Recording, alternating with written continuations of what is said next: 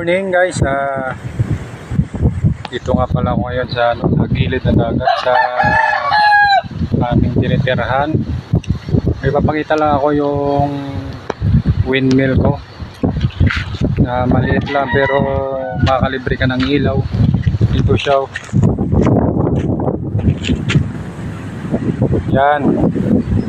Kahit pa paano nakapaglibre ng ilaw, pwede mag-charge ng cellphone. Yan, nandito yan sa loob yung electric component sa loob, may battery.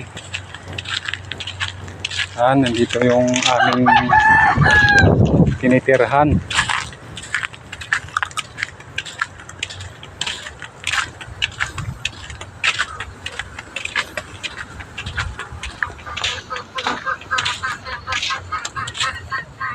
Ito dagat po dito, walang kuryente pero tingnan nyo, may ilaw ako.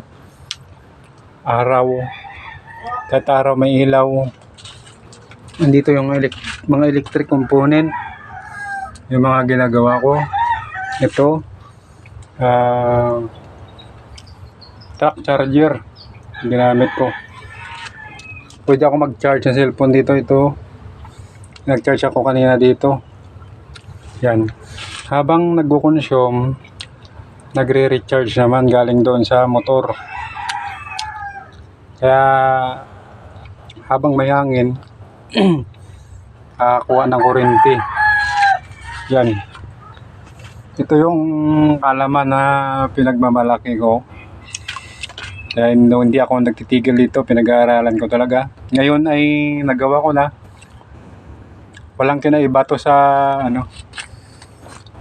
hydroelectric plant. Walang kinaiba. Parehas lang ang procedure nito. Ang kinaiba lang nito, ang nagdadala hangin, yung hydro naman tubig. Kaya thank you guys, share ko na sa inyo.